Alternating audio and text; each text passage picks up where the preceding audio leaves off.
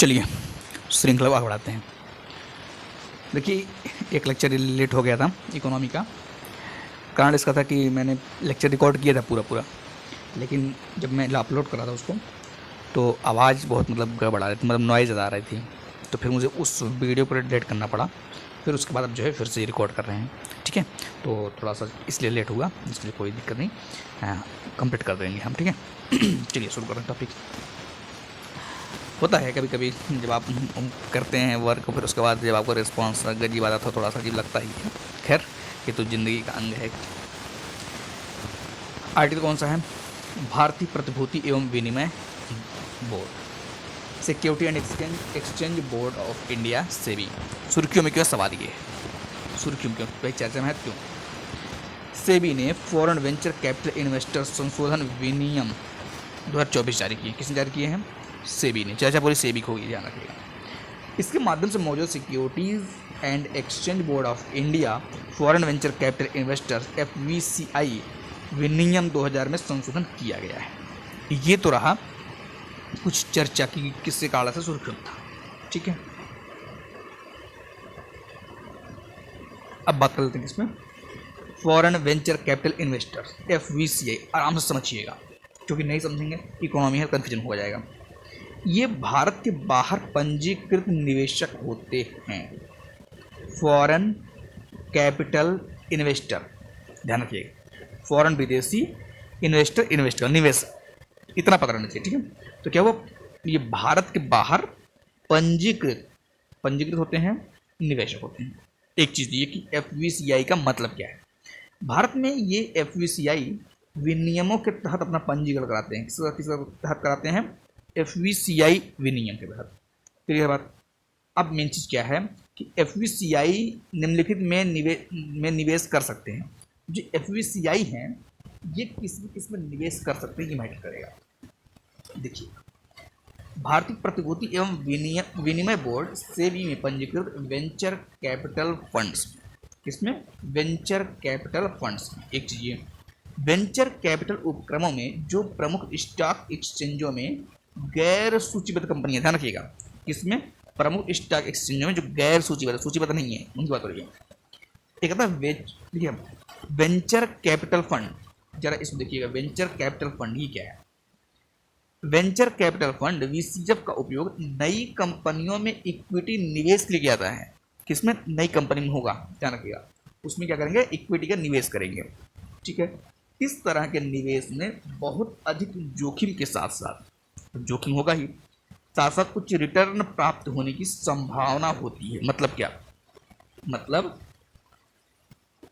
क्या, पहले ही समझिएगा। जैसे क्या कह रहे हैं कि बहुत अधिक जोखिम के साथ साथ जहाँ पर जोखिम अधिक होगा वहाँ पर रिटर्न प्राप्त होने की भी क्या होगी? अधिक संभावना होगी, मतलब उच्च रिटर्न मिलेगा। तो इसलिए इसको जो है थोड़ा ध्यान रखिएगा। VCF का संचालन कौन करता है? VCF का संचालन सेबी वेंचर कैपिटल फंड, इसके फंड के तहत वेंचर कैपिटल फंड विनियम 1996 के तहत होता है। किसका? VCF। एक तो FVCI का पता चल गया, एक VCF बार क्लियर हो गया। अब थोड़ी बात करते हैं कि नए विनियमों की मुख्य विशेषताओं पर एक नज़र। जो नया विनियम है उसमें जो मुख्य विशेषताएं हैं उसके बारे में थोड़ा बात कर लेते हैं। ठीक है, देखिए, FVCI के आवेदक को डेजिग्नेटेड डिपॉजिटरी पार्टिसिपेंट DDP में पंजीकरण प्रमाण प्राप्त करना अनिवार्य है। किससे? DDP से। किसको? FVCI के आवेदक को। ठीक है, इसमें अभी अनिवार्य लिखा, ध्यान रखिएगा। क्या है? अनिवार्य। DPP का अर्थ क्या है? ठीक है, DPP का अर्थ है पंजीकरण प्रमाण पत्र जारी करने के लिए सेबी द्वारा अधिकृत बैंक, है ना, DDP। ठीक है, ये हो गया है। अब आता क्या इसके लिए पात्रता क्या है? इसके लिए पात्रता देखिएगा। इसके लिए पात्रता मानदंड को व्यापक बनाया गया है। इसमें निवेश कंपनियों और पेंशन फंड जैसी मौजूदा संस्थाओं से लेकर निवासी भारतीय NRIs, OCIs आदि शामिल है। ध्यान रखिएगा, NRIs भी शामिल हैं और OCI भी शामिल हैं। ठीक है, ऐसे निवेशकों को FVCI के फंड पर नियंत्रण रखे बिना उसमें योगदान करना होता है। क्या करना है, एफवीसीआई के फंड पर नियंत्रण किए बिना। ठीक है, अब बात करें थोड़ा सा सेबी के बारे में। क्या सेबी से रिलेटेड कुछ क्वेश्चन बन सकता है, दो एक स्टेटमेंट अगर आ जाए कहीं पर, कम से कम एक क्लियरिटी रहे, हाँ सेबी के बारे में पता है। देखिए सेबी हेडक्वार्टर कहाँ है, मुंबई। इसकी उत्पत्ति क्या है, इसे भारत सरकार के एक संकल्प के माध्यम से 1988 में स्थापित किया था। एक चीज सेबी के बारे में। दूसरा पॉइंट क्या है, यह 1992 में, कहाँ कब, 1992 में भारतीय प्रतिभूति और विनिमय बोर्ड अधिनियम 1992 के माध्यम से एक सांविधिक निकाय बन गया। कैसा निकाय, सांविधिक निकाय। ठीक है, याद रखिएगा, संवैधानिक निकाय नहीं है, न वैधानिक है, क्या है, सांविधिक निकाय है। उद्देश्य क्या है इसका, देखिए प्रतिभूतियों में निवेशकों के हितों की रक्षा करना। क्या करना, प्रतिभूतियों में निवेशकों के हितों की रक्षा करना, प्रतिभूति शेयर बाजार के विकास को बढ़ावा देना और प्रतिभूति बाजार का विनियमन करना। ठीक है, ये रहा कुछ उद्देश्य। अब थोड़ा देखें क्या कार्य, इसका कार्य क्या क्या है, जरा इसको समझते हैं। प्रतिभूति बाजार में, कौन सी बाजार, प्रतिभूति बाजार, सिक्योरिटी वाला बाजार में निवेशकों के हितों की रक्षा करना। किसका रक्षा करना, जो निवेशक होते उसके हित की बात हो रही है। और इसे क्या करना, विनियमित करना। एक ही हो गया। प्रतिभूति बाजार के व्यवसाय संचालन को क्या करना, विनियमित करना। किसको, प्रतिभूति बाजार के व्यवसाय संचालन को क्या करना, विनियमित करना। स्टॉक ब्रोकर्स, कौन, स्टॉक ब्रोकर्स पोर्टफोलियो प्रबंधकों और अन्य मध्यस्थों के लिए एक नियामक प्लेटफॉर्म प्रदान करना। क्लियर है। धोखाधड़ी सहित इनसाइड ट्रेडिंग, ये क्या है, इनसाइड ट्रेडिंग और अनुचित व्यापार प्रथाओं पर रोक लगाना। ठीक है, उसके बाद एक आता है कि निवेशकों को प्रतिभूति बाजारों और उनके मध्यस्थों के बारे में क्या करना है, शिक्षित करना। ये कुछ कार्य हैं किसके, सेबी की। एक चीज भी क्लियर रखिए। अब थोड़ी बात करते हैं किसकी, सेबी की हालिया पहले, सेबी की जो है कौन कौन सी पहल हैं अभी हाल में, इसको थोड़ा देखते हैं।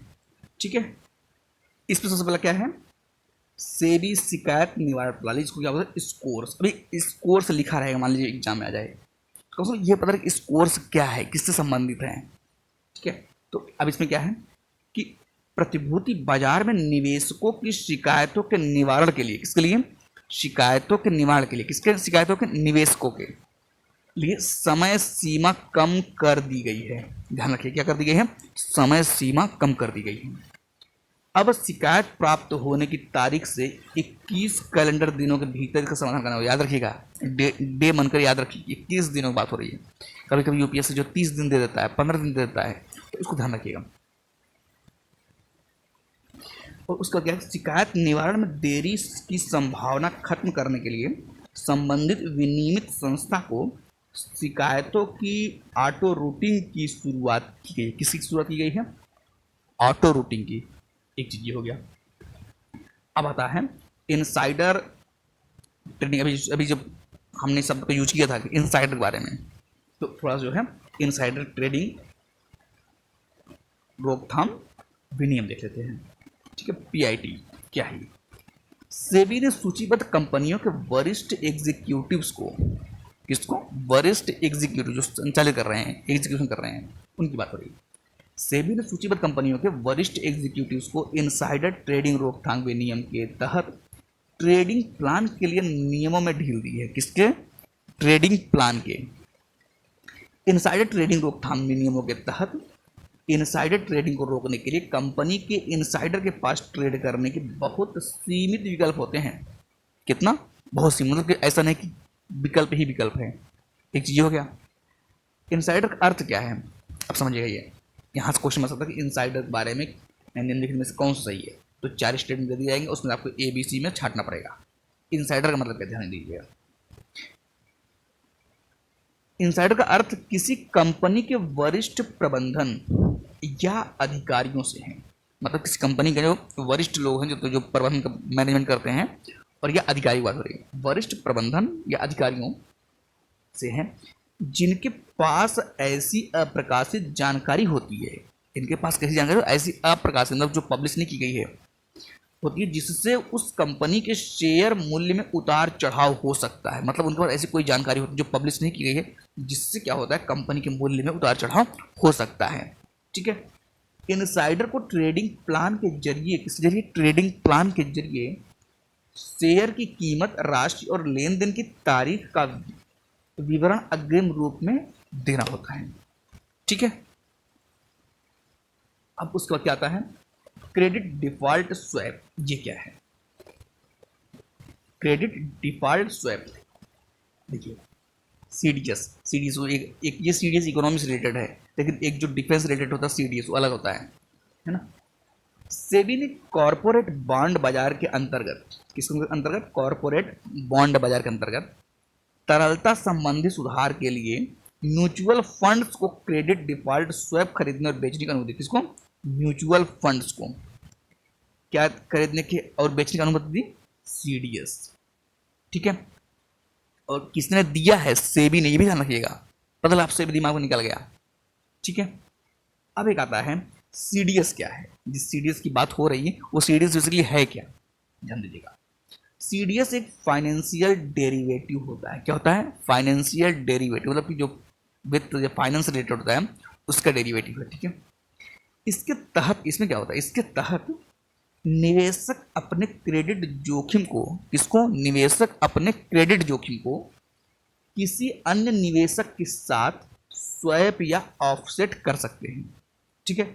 सीडीएस बीमा अनुबंधों की तरह होता है, बीमा आपको पता ही होगा, सीडीएस किस तरह होता है, बीमा अनुबंधों की तरह होते हैं, जो बॉन्ड उधारकर्ता द्वारा बकाया भुगतान में चूक, डिफॉल्ट होने की स्थिति में निवेशक को संरक्षण प्रदान करते हैं, निवेशक को संरक्षण प्रदान करते हैं। इसे बीमा अनुबंधों के समान ही बॉन्ड बाजार के लिए प्रीमियम का भुगतान करके बनाए रखा जाता है। किसका भुगतान करके, प्रीमियम का भुगतान करके। एक चीज हो गया। अब आता है पंप और डंप स्कीम। अब ऐसा क्वेश्चन बन जाए, पंप और डंप स्कीम किस संबंधित है। अब लग रहा हो कहीं कुछ, कहीं पर स्पेस में यूज की जाने वाली टेक्नोलॉजी, या भौतिक विज्ञान से कुछ संबंधित, या पर्यावरण से कुछ संबंधित, या मतलब कि राजनीति संबंधित, कुछ भी दे देगा स्टेटमेंट में। ध्यान रखना है पंप और डंप स्कीम क्या होता है, थोड़ा सा ये ध्यान रखिएगा। सेबी ने कथित तौर पर पंप और डंप स्कीम संचालित करने के लिए कुछ व्यक्तियों पर जुर्माना लगाया है। मतलब पंप और डंप का गलत चीज़ क्या, कुछ जिसकी वजह से क्या लगा है, जुर्माना लगा हुआ है। देखिए क्या होता है, यह एक हेर फेर गतिविधि होती, क्या होती है, हेर फेर गतिविधि, जो हेर फेर करता है। ध्यान रखिए, पंप एंड डंप क्या है, हेर फेर गतिविधि है। एक चीज़ इसमें होता क्या है बेसिकली, कि झूठी और भ्रामक जानकारी, सिफारिशों के जरिए स्टॉक की कीमत को कृत्रिम रूप से बढ़ा देता है। मतलब झूठी बात कहकर, कुछ भ्रामक जानकारी दे करके, कृत्रिम, जो नेचुरल नहीं है, कृत्रिम रूप से उसको जो है उसकी स्टॉक की कीमत क्या करते हैं, बढ़ा देते हैं। एक ये क्या हो बेसिकली, एक हो गया पंप और डंप। इसलिए क्या होता है, यह केवल स्टॉक की बढ़ी हुई कीमत पर बेचने के लिए किया जाता है, ताकि जो है स्टॉक बढ़ी कीमत बढ़ जाए और हम बेच दें। इसलिए पंप और डंप किया जाता है, ताकि स्टॉक की जो क्या हो जाए, कीमत बढ़ जाए और बेच दें, हम बेच सकें उसको। सेबी के दिशा निर्देशों के तहत यह पूरी तरह से प्रतिबंधित, ये भी ध्यान रखिएगा, पंप एंड डंप सेबी के अनुसार जो क्या है, प्रतिबंधित है, मतलब कि ये सही नहीं है करना। ठीक है। अब एक क्या आता है, exchange traded fund. Exchange traded fund ये क्या है, ईटीएफ्स। देखिए क्या है, सेबी ने पैसिव फंड, कौन सा फंड, पैसिव फंड और ईटीएफ के लिए निवेश सीमा बढ़ा दी है। किसके लिए, पैसिव फंड के लिए और ईटीएफ्स के लिए निवेश सीमा बढ़ा दी, इन्वेस्टमेंट वाला। पैसिव फंड, अब समझिए पहले पैसिव फंड क्या होते हैं, पहले समझिए। पैसिव फंड वे फंड हैं जो किसी इंडेक्स में उसी अनुपात में निवेश करते हैं जिस अनुपात में उसमें विभिन्न कंपनियां शामिल हैं। मतलब ये एक अनुपात होता है कि जिस अनुपात में कंपनियां शामिल होंगी उसी अनुपात में क्या करेंगे, निवेश करेंगे। ये क्या होता है, ये होता है पैसिव फंड। ठीक है। ईटीएफ्स विपणन योग्य प्रतिभूतियां हैं, मतलब इनका विपणन किया जा सकता है ईटीएफ्स का, जो इंडेक्स, कमोडिटी, बॉन्ड या इंडेक्स फंड जैसी संपत्तियों के एक समूह को क्या करती है, ट्रैक करती है। क्लियर की बात। अब आता है क्लियरिंग कॉरपोरेशन। क्या, क्लियरिंग कॉरपोरेशन, जिसको बोलते हैं आप समाशोधन निगम। देखिए इसमें क्या समाशोधन निगम में क्या है। सेबी ने समाशोधन निगम के स्वामित्व और आर्थिक संरचना की। क्या किसने? सेबी ने। पूरी कहानी किस पे चल रहा है? सेबी से चल रहा है, ध्यान रखिएगा। जितनी चर्चा हो रहा है कौन बीच में आ रहा है? सेबी आ रहा है। तो सेबी ने समाशोधन निगमों के स्वामित्व और आर्थिक संरचना की समीक्षा के लिए ऊषा थोराट की अध्यक्षता में एक समिति गठन की। एक क्वेश्चन तैयार हो गया, ऊषा थोराट किस संबंधित है, या समाशोधन निगम क्या है, या समाशोधन मतलब इससे रिलेटेड जो है क्वेश्चन बन सकता है। ध्यान रखिए, तैयार रहिएगा। ऊषा थोराट और ध्यान रखिएगा किससे संबंधित? क्लियरिंग कॉर्पोरेशन संबंधित है। ठीक है, अब बताइए समाशोधन निगम क्या है। समाशोधन निगम के बारे में देख लिए। समाशोधन निगम एक संस्था है, इंसान नहीं है। क्या है? एक संस्था है। क्या करता है? जो स्टॉक एक्सचेंजों पर कारोबार होने वाली प्रतिभूतियों या अन्य इंस्ट्रूमेंट में ट्रेड के समाशोधन और निपटान की गतिविधियों का करता है, प्रबंधन करती है। एक चीज हो गया स्टॉक एक्सचेंज और डिपॉजिटरीज। कौन? स्टॉक एक्सचेंज और डिपॉजिटरीज के साथ समाशोधन निगम बाजार अवसंरचना संस्थाओं क्या करता है? गठन करता है। क्या करता है? बाजार अवसंरचना संस्थाओं का गठन करता है। तो ये बेसिकली आपका होगा समाशोधन निगम। अब एक टर्म आता है कि फिनफ्लुएंसर्स। ये क्या है? फिनफ्लुएंसर्स। इन्फ्लुएंसर आप सुने होंगे नाम, शायद उसी से रिलेटेड है फिनफ्लुएंसर्स। देखिए क्या है। सेबी ने सब क्वेश्चन बनता है इस पर, जिसे ग्रीन वाशिंग पूछा गया था, यूपीएससी में पूछा था, वैसे फिनफ्लुएंसर पूछ सकता है, तो इसके लिए तैयार रहिए। सेबी ने विनियमित संस्थाओं को अंगीकृत फिनफ्लुएंसर से साथ जोड़ने से प्रतिबंधित कर दिया है। देख रहे ना, फिनफ्लुएंसर के साथ जोड़ने से क्या कर दिया है? प्रतिबंधित, मतलब कि फिनफ्लुएंसर ठीक नहीं है, मतलब ये है ना। तो इसमें क्या है?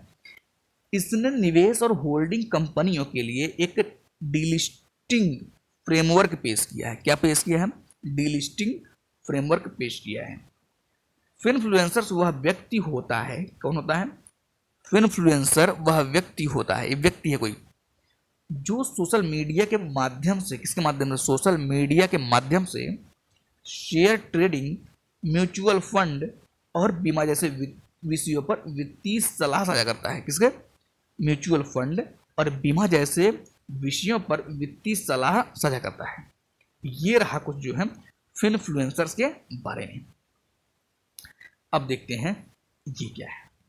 ये है आपका सेटलमेंट चक्र। क्या है? सेटलमेंट चक्र। बेसिकली सेटलमेंट चक्र चर्चाओं क्यों था? देखिए, सेबी भारतीय प्रतिभूति और विनिमय बोर्ड सेबी ने स्टॉक मार्केट के T+0 रोलिंग सेटलमेंट चक्र का बीटा संस्करण पेश किया। अभी बीटा आया हुआ है एग्जाम में, अगर आपने थोड़ा सा भी PYQ देखा होगा तो वो पता होगा बीटा आया हुआ है, किससे संबंधित है, ऐसा कुछ पूछा था क्वेश्चन में। तो क्या है?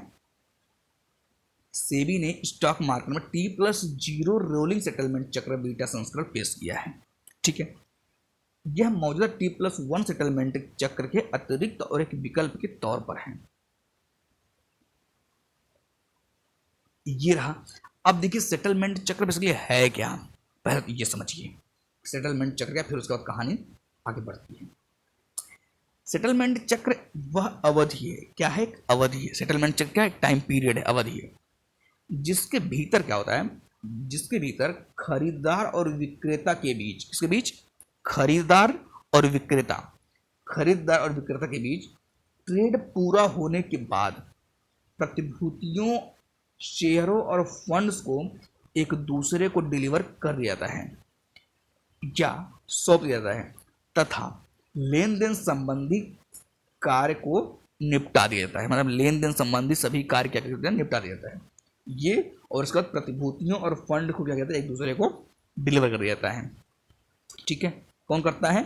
खरीदार और विक्रेता करते हैं। ठीक है, ये रहा आपका सेटलमेंट चक्र की डिफिनेशन, मतलब मीनिंग। पहले तो ये क्लियर हो कि सेटलमेंट चक्र की मीनिंग क्या है। ठीक है, अब बात करते हैं उसके आगे की। देखिए बेसिकली क्या हुआ, परंपरागत रूप से जो चलता आ रहा है उसमें भारतीय एक्सचेंज T+2 सेटलमेंट चक्र का पालन करते हैं। किसका? T+2। इसमें क्या है? देखिए 2023 में T+2 को T+1 एक दिन में सेटलमेंट बदल दिया गया। मतलब क्या कि जो ये टू लिखा हुआ इसका मतलब है 2 दिन में सेटलमेंट होगा। लेन देन प्रक्रिया कब होगी? 2 दिन में पूरी चलेगी। T+1 का मतलब है कि 1 दिन में सेटलमेंट होगा, पूरा लेन देन की जो काम होगा सब 1 दिन में होगा। उसी तरीके से T+0 क्या है? T+0 सेटलमेंट चक्र एक ऐसी प्रणाली को संदर्भित करता है जिसमें ट्रेड का सेटलमेंट बाजार बंद होने के बाद उसी दिन होता है। मतलब बाजार बंद हुआ और उसी दिन क्या पूरा लेन देन काम पूरा हो जाएगा, मतलब सेटलमेंट हो जाएगा। ये रहा आपका सेटलमेंट चक्र में कौन सा? T+2, T+1 और T+0। ठीक है, अब बात करते हैं थोड़ा सा सेटलमेंट चक्र की अवधि को कम करने का प्रभाव या लाभ। जो T+2 को T+0 लेके आया गया, इससे क्या फायदा है, क्या मतलब कि ये लाभ है इसमें? देखिए, तरलता प्रबंधन को बेहतर बनाता है। कैसे तरलता प्रबंधन को बेहतर बनाता है? देखिए, यह निवेशकों को सेटलमेंट चक्र की प्रतीक्षा किए बिना अपनी आय को फिर से निवेश करने या नए अवसरों में पूंजी लगाने की सुविधा देता है।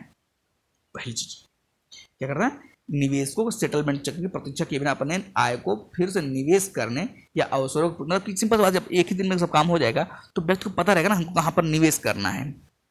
तो वहां से क्या होता है कि तरलता को जो बेहतर तरीके से होता है प्रबंधन हो जाता है। उसके बाद कहता है कि ट्रेडिंग के अवसरों में वृद्धि। कैसे? निवेशक बाजार के घटनाक्रमों के आधार पर तुरंत प्रतिक्रिया कर सकते हैं। किसके आधार पर? जो मतलब लेन देन हुआ, जो भी सब कुछ हुआ, और उससे क्या होता है जब प्रतिक्रिया करते हैं तो अपने क्या करते हैं, अपने ट्रेड्स को तुरंत क्या कर सकते हैं? क्रियान्वित कर सकते हैं। ठीक है, उसके बाद एक आता है वैश्विक प्रतिस्पर्धा। इसमें क्या है? बाजार में सुधार एवं T+0 सेटलमेंट चक्र को अपनाने से विदेशी पोर्टफोलियो निवेशक FPIs आकर्षित हो सकते हैं। क्यों? क्योंकि यहाँ पर क्या है कि समय कम लग रहा है। ठीक है, ये रहा आपका पूरा किसके बारे में? सेबी के बारे में। अभी कुछ और भी है इसमें, थोड़ा सा देख लेते हैं। अब जैसे ये है क्या? नेशनल स्टॉक एक्सचेंज है ना, NSE, national stock exchange NSE। देखिए इसमें क्या है,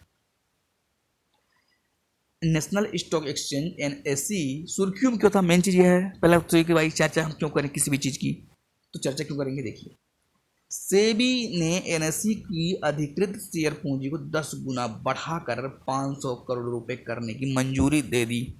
मतलब 10 गुना बढ़ा करके, मतलब अगर 50 रहा होगा कितना कर दिया? 50 का कितना कर दिया? 500 कर दिया। ये पूछ रहा था, जिसके कारण से चर्चा में आया NSE। ठीक है, एक चीज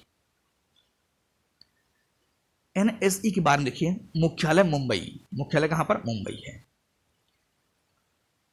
इसकी स्थापना वर्ष देख लीजिए, देखना होता 1992 में पंजीकृत, 93 में सेबी ने स्टॉक एक्सचेंज के रूप में मान्यता प्रदान की और 1994 में क्या हुआ? कार्य करना शुरू किया। स्टॉक, अब समझिए कि स्टॉक एक्सचेंज क्या है। देखिए स्टॉक एक्सचेंज क्या है। वैसे स्टॉक एक्सचेंज एक केंद्रीकृत बाजार होता है। बाजार में क्या होगा पता ही आपको? बाजार में क्या होगा? कोई चीज खरीदी जाएगी, कुछ बेची जाएगी। क्या खरीदा जाके बेचा जाएगा? ये अलग टाइप का बाजार है। क्या होता है इसमें? जहां निवेशक शेयर, बाजार और डेरिवेटिव जैसे प्रतिभूति क्या करते हैं? खरीदते हैं और बेचते हैं। कौन? निवेशक। ठीक है, क्या क्या? शेयर, बाजार और डेरिवेटिव, क्या है? सभी ये सिक्योरिटीज में प्रतिभूति है। ठीक है, मार्केट कैप। अब एक चीज, मार्केट कैप। मार्केट कैप यानी बाजार पूंजीकरण। मार्केट कैप यानी बाजार पूंजीकरण के हिसाब से NSE भारत का सबसे बड़ा स्टॉक एक्सचेंज है। NSE भारत का सबसे बड़ा स्टॉक एक्सचेंज है। ठीक है, निफ्टी 50 NSE का प्रमुख स्टॉक मार्केट इंडेक्स है। क्या है? प्रमुख स्टॉक मार्केट इंडेक्स। यह NSE इंडेक्स लिमिटेड के स्वामित्व और प्रबंधन में है। किसमें है? NSE इंडेक्स लिमिटेड के स्वामित्व और प्रबंधन में। ठीक है, निफ्टी 50 का अर्थ क्या है? मतलब 50 बड़ी कंपनियों का प्रतिनिधित्व करता है। मतलब निफ्टी 50 इंडेक्स अर्थव्यवस्था के अलग अलग क्षेत्रों को भी, ठीक है, अलग अलग क्षेत्रों की ध्यान रखिएगा। उसके बाद प्रौद्योगिकी अपनाने में अग्रणी। NSE इलेक्ट्रॉनिक स्क्रीन आधारित ट्रेडिंग शुरू करना देश का पहला एक्सचेंज है। ये भी ध्यान रखिए, मतलब कभी कभी ऑनलाइन टाइप के छोटे छोटे क्वेश्चन बन जाए स्टेटमेंट पे। NSE इंडेक्स ने भारत का पहला इलेक्ट्रिक वाहन EV index Nifty EV and new age automotive index launch किया है। इस पहल का उद्देश्य इलेक्ट्रिक व्हीकल इकोसिस्टम का हिस्सा बनने वाली कंपनियों के प्रदर्शन पर नजर रखना। ये रहा कुछ पॉइंट इसके बारे में, एनएसई के बारे में। आगे कुछ भी है और भी है, देखिए। हाँ, अब इसमें देखते हैं जरा क्या है ये। टाइम क्या हुआ, 25 मिनट। चलिए, कोलोकेशन या प्रॉक्सिमिटी होस्टिंग। कोलोकेशन या प्रॉक्सिमिटी होस्टिंग शब्द के अंदर नहीं सुनोगे। प्रॉक्सिमिटी होस्टिंग क्या है या कोलोकेशन क्या है, तो पहले तो ये सुनिए कि चर्चा में क्यों था ये कोलोकेशन या प्रॉक्सिमिटी होस्टिंग, चर्चा में क्यों था। सेबी ने कथित कोलोकेशन मामले में एनएसई नेशनल स्टॉक एक्सचेंज के खिलाफ शिकायत का निपटारा कर दिया है, एनएसई के खिलाफ। ठीक है, अब सवाल ये है कि ये बेसिकली है क्या। कोलोकेशन का मामला था। अब इस मामले में पहले तो यानी कि कोलोकेशन या प्रॉक्सिमिटी होस्टिंग क्या है। यह सुविधा ब्रोकर्स को स्टॉक एक्सचेंज के परिसर में अपने सर्वर स्थापित करने की अनुमति देता है। क्या यह सुविधा ब्रोकर्स, जो ब्रोकर होते हैं वो स्टॉक एक्सचेंज जो होता है उसके परिसर में अपना क्या कर सकते हैं, सर्वर स्थापित कर सकते हैं। इससे क्या होगा, इसके लिए आवश्यक इंफ्रास्ट्रक्चर स्थापित किया जाता है, इसके बदले शुल्क का भुगतान करना होता है। ठीक है, क्लियर बात। स्टॉक एक्सचेंज सर्वर से ब्रोकर के सर्वर बहुत नज़दीक होते हैं। स्टॉक एक्सचेंज के सर्वर है और उसके बगल में क्या रखे हुए, क्या लगाए हुए हैं, ब्रोकर के सर्वर, तो नज़दीक रहेगा। सिंपल सी बात है। इससे क्या होगा, इसके कारण तेजी से स्टॉक प्राइस का पता चलता है। जब नज़दीक रहेगा तो इससे जो क्या होगा, स्टॉक का प्राइस पता चल जाएगा जल्दी से। शीघ्र ट्रेड संपन्न, मतलब तेजी से स्टॉक का प्राइस पता चलता है और ट्रेडिंग भी बहुत तेजी से होती है। इससे ब्रोकर और उनके क्लाइंट दोनों क्या मिलता है, लाभ मिलता है। किसको, ब्रोकर को भी और उनके क्लाइंट को भी। क्लियर बात। सेबी ने 2015 में कोलोकेशन के लिए दिशा निर्देश जारी किए थे। कब, 2015, बात की चला 2025 चला, 10 साल हो गए, तो मन करो वैसे भी याद रखिए। इसके अलावा 2018 में एल्गोरिदम ट्रेडिंग और कोलोकेशन फ्रेमवर्क को मजबूत करने के उपायों की क्या की गई, घोषणा की गई थी। क्लियर बात। ये रहा पूरा पूरा कोलोकेशन या प्रॉक्सिमिटी होस्टिंग। अब क्या आता है, वित्तीयकरण। क्या, वित्तीयकरण, फाइनेंशियलाइजेशन। जरा अब इसको देखते हैं, वित्तीयकरण में क्या क्या चीजें हैं। ठीक है, बेसिकली हुआ क्या कि मुख्य आर्थिक सलाहकार के अनुसार भारत को अति वित्तीयकरण के प्रति सतर्क रहने की आवश्यकता है। किसके प्रति, अति वित्तीयकरण, फाइनेंशियलाइजेशन के जो है प्रति सतर्क रहने की आवश्यकता है। अब देखिए वित्तीयकरण है क्या। बेसिकली परिभाषा, वित्तीयकरण एक ऐसी प्रक्रिया है जिसके तहत वित्तीय बाजार, वित्तीय संस्थान और वित्तीय अभिजात वर्ग का आर्थिक नीतियों एवं आर्थिक परिणामों पर अधिक प्रभाव स्थापित हो जाता है। क्या कह रहा, वित्तीयकरण एक ऐसी प्रक्रिया है, पहली चीज में प्रक्रिया है जिसमें क्या होता है प्रक्रिया में, जैसे वित्तीय बाजार हो गया, वित्तीय संस्थान हो गया, वित्तीय अभिजात वर्ग का क्या होता है, आर्थिक नीतियों एवं आर्थिक परिणामों पर अधिक प्रभाव क्या होता है, स्थापित हो जाता है। किसका, वित्तीय अभिजात वर्ग, मतलब जो पैसे के मामले में बहुत आगे हैं, उनकी बात हो रही है। इसे ऐसे भी समझा सकता है, देखिए कैसे समझा सकता है, ध्यान रखिएगा। इसे ऐसे भी समझा जा सकता है कि पारंपरिक रूप से भौतिक परिसंपत्तियों जैसे कि रियल एस्टेट, स्वर्ण आदि की बजाय वित्तीय परिसंपत्ति जैसे कि म्यूचुअल फंड में निवेश किया जाने लगा है। मतलब लोग अब जो है रियल एस्टेट और स्वर्ण में निवेश करने के बजाय कहाँ कर रहे हैं, म्यूचुअल फंड में निवेश कर रहे हैं, तो उनके पास ज़्यादा पैसा आ जाता है ना। अब सवाल ये है कि चिंता का विषय क्यों है, फिर अतिवित्तीयकरण चिंता का विषय क्यों है, सवाल ये है ना। देखिए क्या है, अतिवित्तीयकरण एक चिंता का विषय क्यों है। असमानता में वृद्धि, पहली चीज, वित्तीय आय का एक बड़ा हिस्सा जैसे कि स्टॉक और अन्य निवेशों से होने वाला लाभ सबसे अधिक इक्विटी स्वामित्व वाले धनी व्यक्तियों को मिलता है। ये धनी व्यक्ति आबादी के कितने होते हैं, शीर्ष 1% होता है, इन्हीं को सब पैसा मिलता है।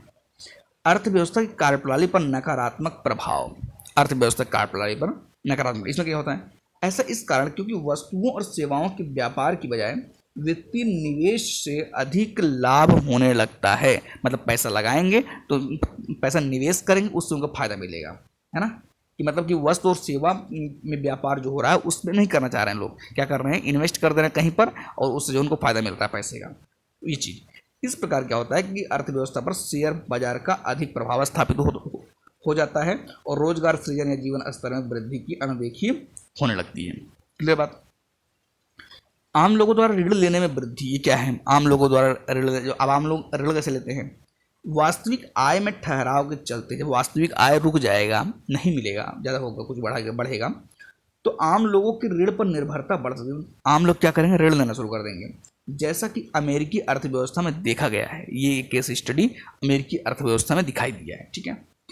नीतियों पर प्रतिकूल प्रभाव, ये क्या है? नीतियों पर प्रतिकूल प्रभाव, देखिए, वित्तीकरण से प्रीडेटरी लेंडिंग, अधिक जोखिम लेने और श्रमिक संरक्षण की उपेक्षा करने वाली नीतियों को बढ़ावा मिल सकता है। ठीक है, ये बात रहा पूरा किसके बारे में? वित्तीकरण के बारे में। ठीक है, अब इसमें क्या है? ये आर्टिकल एक है, रुक जाइए थोड़ा सा देख लेते हैं। भारतीय डेरिवेटिव मार्केट, ये है, ये काफ़ी टाइम लेगा ना, डेरिवेटिव, फिर उसके बाद जो है क्रेडिट रेटिंग एजेंसियाँ। आज के लिए इतना रखते हैं, बाकी कल से हम शुरू करेंगे नेक्स्ट लेक्चर में। कौन सा आर्टिकल? ये भारतीय डेरिवेटिव मार्केट। ठीक है, तो आज के लिए इतना रखते हैं, बाकी मिलेंगे नेक्स्ट वीडियो में।